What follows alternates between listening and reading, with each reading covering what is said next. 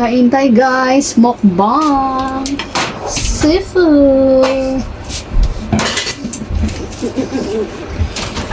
Let's go mukbang mga besh. Galit-galit muna tayo, 'di ba? So focus sa goal ang inyong perlas, 'di ba? More on lafang-lafang muna tayo, napakatakaw, 'di ba?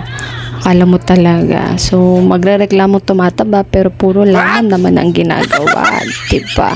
So, kain-kain tayo mga besh. Hope you enjoy this video. And viewers advice nga pala sa inyong mga besh and mga guys. Gaya nga po sa alak, kung meron doong kasabihan na drink moderately. And then, ito po sa seafoods, since malakas nga siya maka-high blood, diba? And sa uric acid. So, eat moderately, diba? Mga di nga nakakaalam, favorite ng inyong perlas ang seafood. Yes, parang lahat naman yata ng pagkain favorite ko, diba? Char. Basta masarap siya, masarap yung luto. Syempre kakainin mo talaga, diba? At ang isa pang pinakamasarap pag kumakain is yung nakakamay, 'di ba? Para feel mo talaga ang pagkain. So ayan, 'di ba? Sup. Yan ang pinakamasarap diyan, yung higupin yung sabaw ng buttered. Ewan ko na lang kung di talaga tumaas ang uric acid niyan or ma-HB. Char.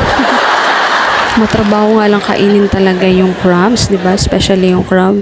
So kailangan mo talaga siyang himayin. Pero kung mga crablets, mas madaling kainin, diba? Kasi wala nang itatapon dun. Nguya na lang ng nguya, diba?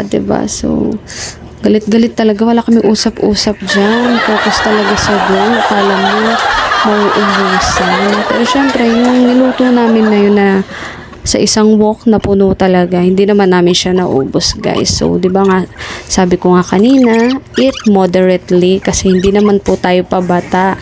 So, kumain lang tayo ng tamang amount kasi sabi nga, pag sobra is bawal, di ba? So, ayan. Thank you for watching everyone, or keep on watching on this video.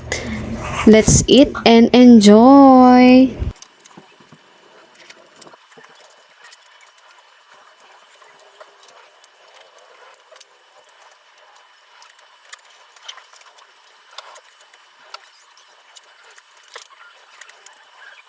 A few moments later. So ayan, di nagpatalo ang inyong perlas sa paglafang, 'di ba? Hope you enjoy this video. Mga besh, like, comment and share.